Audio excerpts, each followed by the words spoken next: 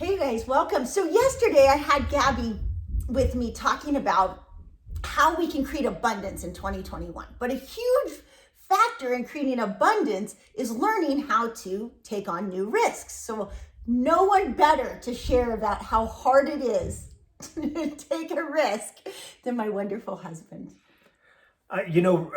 Risk is so wired in two different ways.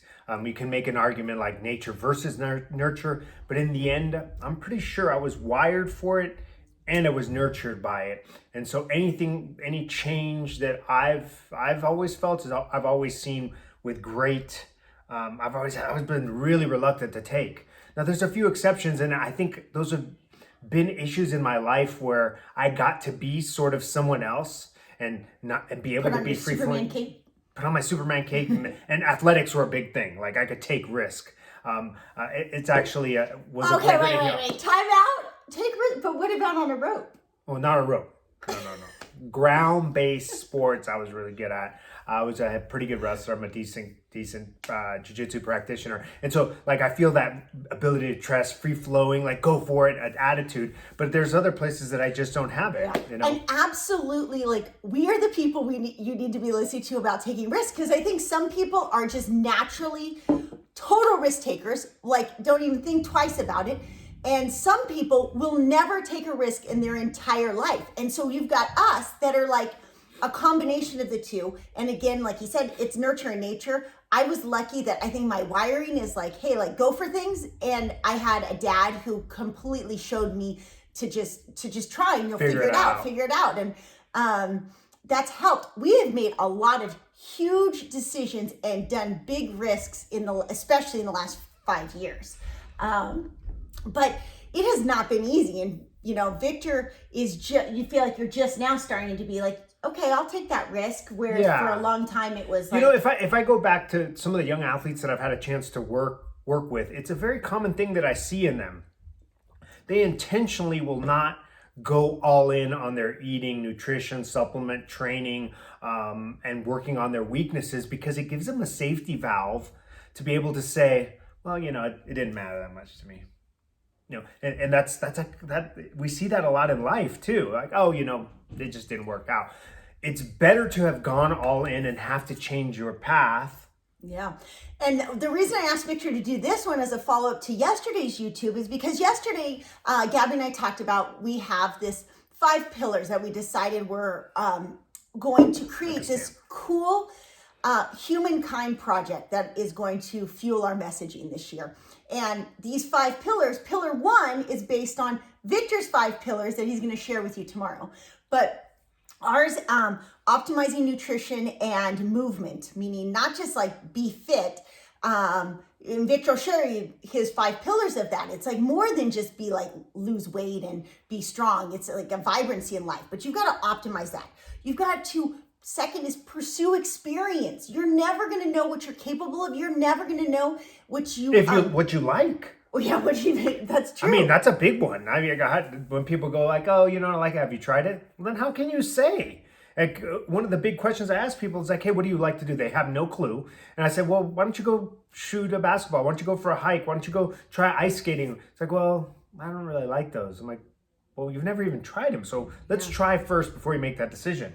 And the big thing is all of these are like really interconnected. And so the next for us is we're working towards inner abundance, which is really like harmonizing the energy fields within yourself, unblocking chakras and being able to manifest. There's this self-mastery part where we can actually set goals and accomplish them. And then there's this interconnectedness where you're having this magnetism between you and your spouse, or with you and your children, or with you and nature, or you and a source power. There's all this energy that we can tap into. But if we're still down at like, I don't know if I like to shoot a basketball, then how are we going to tap into this vibrancy, this energy? And so a lot of it is, why are we not experiencing life? Why are we not trying sports? Victor likes to come back to that one, which I agree. It's easy, it's approachable, but. So here's I was going to share some tips in like why it's so easy for me to. One thing that has been a common occurrence in our travels is dirt roads. I can actually say Don't get me started. How about Ghent? So I have this thing. I like to drive anyways. When we drive the RV and stuff, or we go fly abroad, I usually drive. I mean, Victor does sometimes, but he doesn't love it. I don't enjoy driving. I can do it, but I'm not going to drive thousands of miles. He's very sensory oriented, so he gets a little overwhelmed by like taking everything in. And so most of the time I drive. Well, I like to, a lot of times trailheads or great rock climbing are down dirt roads. So every time I turn down a dirt road, Victor's just like, stop. Like, don't go down that road. You can't turn around. There's no guarantees. And if we went down a dirt road now, you probably wouldn't say that. Yeah, because we've been in so many situations now that like, hey, we'll just figure it out. And in the end, it's perceived risk. I think that's just what you're talking about. She goes down this road with the idea, I'm like, oh my gosh, you're not gonna be able to turn around. Well, she's thinking to herself right at the beginning, like, I can back out.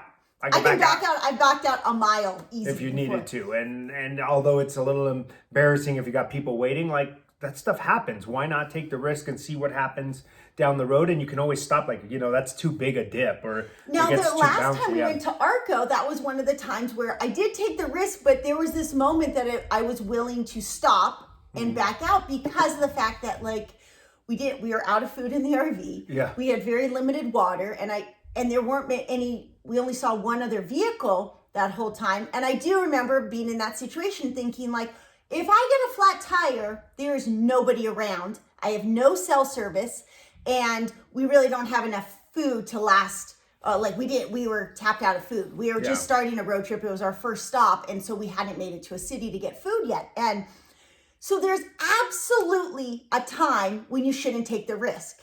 In that case, I still did. We had a spare. We had Victor's muscles. We could have changed the tire. Things change when I'm around. I wouldn't have taken that risk if I was by myself without Victor. Now, there are a lot of things that we do because we're physically fit. I know the girls and I, when we were backpacking Tour de Mont Blanc, we took a couple risks in combining stages, knowing that, well, we're physically capable of hiking 22 miles if we need to, or something like that. But this is smaller. Like, come on, the state of the world we are talking about how we have a lot of family in California, and we're like, wow, why do people stay? California, California right now? Oh yeah, they like, wow, why would so many people stay? And I'm like, well, it's hard. We're not trained. Nobody pulls you aside and like, look, this is how you take risks in life. Most of the time you can back out, you can turn around. Yeah, you might lose some money. You might, bruise your ego. Like, I do that a lot. I'm like, I made a bad decision. Oh, well, what are some things that you feel like have really like made it so that you're way more open-minded to take risks now? Like this was a risk coming up to Folsom. Well, the big thing is failure is a phenomenal teacher. Yeah, you fail over and over. It's like fail forward. Boom. Fail, but learn from it. If you go fail, cower, well, that's a problem. I think all of our travels and all of the little risks we've taken with nomads, and even, like starting businesses, for me, like I felt like, well, I had my own business since our own business since I was 19. Essentially, I thought for a while, like, you know what, I just need to work for a company. Well, I realized real quick, I'm like, first, they're not gonna pay me what I'm worth. And like, I'm overqualified for the vast majority of jobs. The job that I would fill in for someone is undescribable. And I wasn't really prepared to provide a company with like, this is what I can do for your company. So instead, I continue to be entrepreneurial and essentially sell myself. And instead of cowering like, oh, someone's got to take care of me, I'm like, well, you know what? Let's make this happen. And even right now in the lockdowns, I was like, I need to make this happen. I need to make this happen. And there are some challenges even here. So the risk that you're referring to is really process pain. Like It was hard to get over the fear of process pain. Like, so that's one of the ones. I don't want to learn how to do this. I don't want to learn how to do social media. I don't like to be on the camera. It's done wonders for me to just do it over and over and be able to relax and be myself. A lot of meditation helps. So I realize who I am authentically. And in the end, I am here on this earth to help people. So if you catch yourself like, guys, I'm not happy. This isn't feeling good in my life. Ask yourself, is it fear of process pain? Is it fear that you have to learn something new and you really don't want to? You're afraid of the process, yeah. The other one is fear of loss is also a big one. Like we feel like maybe not even like, obviously right now, fear of loss, if as far as death, sickness is keeping us from like really living life to the fullest. And again, it's like going down that dirt road and evaluating, is this a legitimate fear? Like, are we weighing out like the pros and cons, and are we looking at it with through a clear lens or not? Yeah.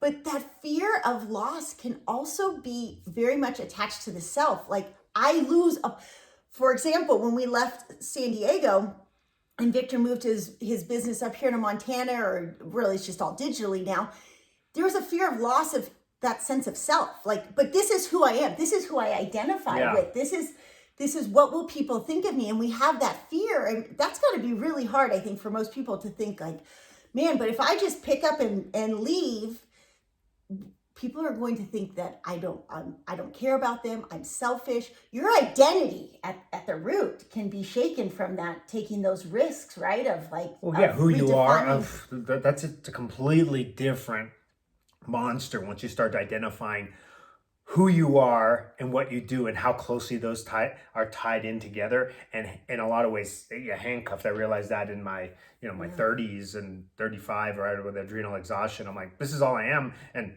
we're about to travel or we're about to take it away and I can't do it anymore.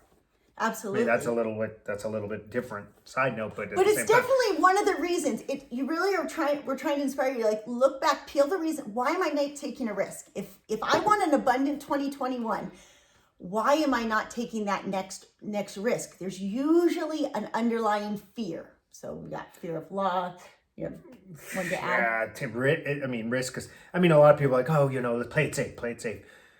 There are times in our animal history and evolution where it's like, okay, you know what, I'm really thirsty, but I see prints there, drag marks. If I go get a drink there, there's a good chance I'm going to die. And there was some risk assessment there. Life or death. But the problem that I see is that a lot of people have that same kind of imagery that I described and freaking just picking a coffee. Like they're carrying it into everything they're doing, or even changing, like taking this is perceived risk. Like, dude, just come up here and work. You'll figure it out, or just go. We'll figure it out. I promise you. Oh no. I'm like, well, do you have family? Yeah. Well, could you, if you fail, could you rely on them? Yeah. Then where is the harm? And let me also inspire you, like, be that person for someone else. If you know somebody, maybe it's not you. Maybe you're happy. Maybe you're okay with that, where you're choosing your risk. But maybe there's somebody who would listen to you other than us. Like, doesn't have to be us, yeah. Yeah, that be that person. Because I know for me, I have people who empower me to be a risk taker. I have people who are like, hey, yeah, if that'll make you happy, go for it. Try. We'll figure it out after. Like, I really know, I have found that money limited me in risk. I know that's hard to say because I take a lot of risk, but money sometimes does limit me. But I've had to reshift my idea of like, what's the purpose of money? Like, yeah, we need it to have some basic needs met, but we don't need this stockpile for someday when like life's passing us by and because we're so afraid to throw money on something or take the risk and then have a backup fund for those. Right. Money should serve your higher self. It should be, money is not our higher self. Money serves our higher self. Yeah, and if I can interject a little bit on me, I grew up with some significant actual scarcity in my household. And so it created a really nasty relationship with money. And this might be one of the reasons you don't take a risk. Real simple. My dad would get laid off. Money was short. I'd ask for something. My mom would be like, hey, you know what? I only have this much. This is how we have to do it. Or, this is what we're going to eat because your dad's laid off. And so what it made me feel is like kind of hate money and at the same time really want it. And so I set up this horrible thing where I like, well, if I make money, I'm a horrible person. And at the same time, like I need to hoard and save as much as possible. And then what the hell am I doing? I'm not even enjoying it. And Robin would ask like, well, how much is, when we're saved, how much will you feel different? We used to have this conversation all the time because all I want to do is make enough money to go to my next trip. Yeah. And then I'd be like, and he's like, well, I got to save it. I'm like, okay, well, tell me the amount. I want to know the dollar amount. And it didn't change. It didn't change. So I'd be like, okay, this much blank. All right. And then she'd be like, all right, now? I'm like, no, let's get to this much. And I'm like, it's never going to be enough. So eventually I was like, damn. That's coming from inside and just being afraid of something bad happening and not being prepared. Well, something bad can happen right now while we're sitting here. So we're making the decisions to take care of our health. That's alone can alleviate a lot of things. If I walk outside and something falls down and hits me in the head, well, I shouldn't be living my life. Well, I'm never going to go outside. Yeah, the same sort of thing happens with money. So I hope we gave you a little insight. Take a risk. If the risk is like, if you know, it's going to lead to greater happiness. And sometimes, that first step's the hardest step to take. But it really, you just don't know. Like, I'm going to tell you from past experience, I take that first step and the staircase does appear. It always does. Yeah. Yeah. I mean, I'll share a quick story. Where was it that the RV broke down and I went to take it in? Do you remember that? RV broke down. I took it in. Just where was that? Switzerland? I think it was Switzerland. So we rented an RV in the Netherlands and we drove it. And real quick, we were having trouble. Oh, in case you don't know our story, if it's just as random, let's just say 5 years ago, we moved our family, 5 kids, into an RV. And then after road tripping through the U.S. for a few months, Victor's like, "You're so happy. Let's just keep living in our RV." I'm, okay. And then, so a few months later, I bought plane tickets, one-way tickets to Europe. I'm like, "Let's go to Europe for 6 months." He's like, "Okay, I guess." Victor just loves me. He's just like, sure. He didn't really think about it. We show up in Europe. We tent camp for a few weeks in Norway, a few weeks in Ireland in the rain, a few weeks in Germany. Then we pick up an RV in the Netherlands and spend 4 more months road tripping, 10,000 miles through Europe. And that gets it broke down. It didn't full. Well, it was giving us problems right from the get-go. Okay. And it was having problems with it. And I'm like, dude, Robin, we don't want to drive this thing and it break down on us in the middle of a back road. If Robin thinks completely different. But again, I got 5 little kids. I'm thinking responsible. And so I take it to this guy in Switzerland. And it was very powerful. And I still think of it from time to time. And I have to do the voice because it does the effect. And I go, "Hey, what's wrong with it?" He's like, "Nothing's really wrong with it." He's like, "Just drive it. Just drive it." So he was basically saying, like, just go. Like, don't worry about it. It's fine. Just go. And I always remember that because how he said it with that little attitude and swagger. Just drive it. Just go. So just go. Take the risk. Okay. And then it did break down real quick. It broke down a few weeks later, and I was at the top of the Dolomites, and it was stalling. You couldn't. Your clutch was not working. She couldn't keep it in gear. And so all I could do was, there was nowhere to park, but there was a dirt road down to a little chalet. And so I just turned down it because it was the first place. I mean, I had literally 5 minutes before, it was such a narrow road taking the RV, which was a mistake, but RV to the top of Sella Pass. And I got to a part where a tour bus was coming down, and it pulled. I basically had to go butt up against it. I was on the guardrail side by side, touching the bus just inch by inch to get by it. So I did not want to turn back down that road at that point. I went down this, and we parked at a little refugio, like a little hotel at the top of the mountain. And sure enough, the only negative encounter we had in all of our trip, Victor, we parked there, and he goes out, and the owner, 90-year-old Italian man, started yelling and running. He was pissed. He was yelling at Victor. Nobody yells at Victor. Everyone loves him. And he's just yelling at him. So it's weird because my point is that not to scare you, but sometimes you manifest, sometimes if you worry, I always tell him, "Oh, you manifested that because you're so worried." The thing, it'll be fine. Nothing will happen. And then, nothing really happened. He's very Italian, very traditional. He didn't like that our vehicle was there, blocking the restaurant. His cows were upset. And he's like, "Whoa, what are you doing?" I'm like, he's cursing me out. Mad. But then his daughter spoke English, and she's like, "Don't worry, my dad just gets upset." But here's what, it's all perspective sometimes.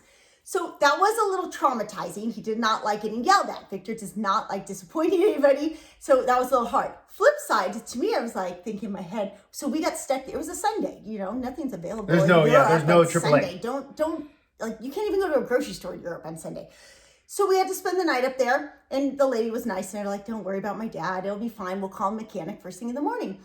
Well, let me just tell you, that night, I stayed up the whole night just watching the lightning over the Dolomites. Yeah. Ended up being it's probably one of my best memories. Experiences. So maybe sometimes your risk just comes down to perspective. Yep. Yeah. Okay, well, and with that, see you tomorrow.